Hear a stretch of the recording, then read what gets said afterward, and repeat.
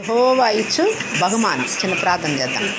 పరిశుద్ధాత్మ దేవుడా, మీకు వందనాలు స్తోత్రాలు చెల్లిస్తూ ఉన్నాం ప్రభువా. చదవబడిన వాక్య భాగం ద్వారా నీ బిడ్డలను దర్శించండి అయ్యా. ఇక గృహములో మీరు చేయబోయే కార్యాన్ని మీరు వివరించి మహిమ పొందుకోండి నాయన. యేసు నామములో ప్రార్థించి అడిగి వేడుకుంటున్నాం తండ్రి. ఆమేన్, ఆమేన్, ఆమేన్. గర్భఫలం యెహోవా ఇచ్చు బహుమానం. కాబట్టి ఆయన ఇచ్చే బహుమానము, ఎవరు ఏ బహుమానం ఇచ్చినా ఏం చేస్తాం మనం? నాకేంది ఇట్లాంటిది ఇచ్చామని అనంగా. మీ పెళ్ళికి వచ్చారు, ఎవరే గిఫ్ట్ ఇస్తే తీసుకున్నావా లేదా? అట్లాగే దేవుడు కూడా ఆయన ఏదైనా ఇస్తాడు.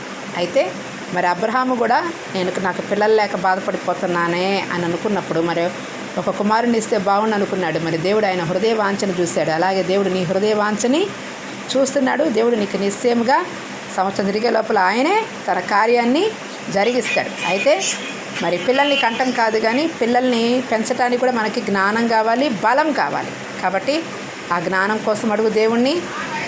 హృదయమును చూసే దేవుడు. కాబట్టి 2 ఆడపిల్లలు పుట్టినా 3వసారి నీకు గర్భస్రావమైనా మళ్ళా నువ్వు కుమారుని కొరకు ఎదురు చూస్తూ ఉన్నావు. కాబట్టి యెహోవా కొరకు కనిపెట్టుకున్న వారు దేశాన్ని స్వతంత్రించుకుంటారట. ఈరోజు వాగ్దానం అది.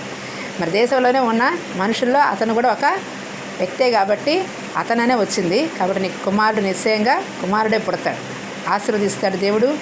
మరి తిగులు పడాల్సిన పనేమీ లేదు. దేవుడు అన్ని విషయాల్లో నమ్మదగినటువంటి దేవుడు. దేవుడి మాటలు దీవించునుగాక. ఆమేన్. వాక్యం చెప్తే కానీ వాక్యం ద్వారా ఏమి దేవుడు ఇస్తాడో అది నాకు దేవుడు వాక్యం ద్వారానే వచ్చింది. విడిగా అయితే మామూలుగా ఏదో అందరితో పాటు చెప్తాం, కానీ అది కాదు.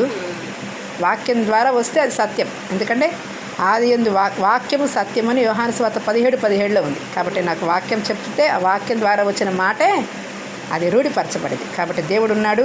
దేవుడు నిశ్చయంగా నీ హృదయ వాంఛని తీర్చునుగాక. May God bless you.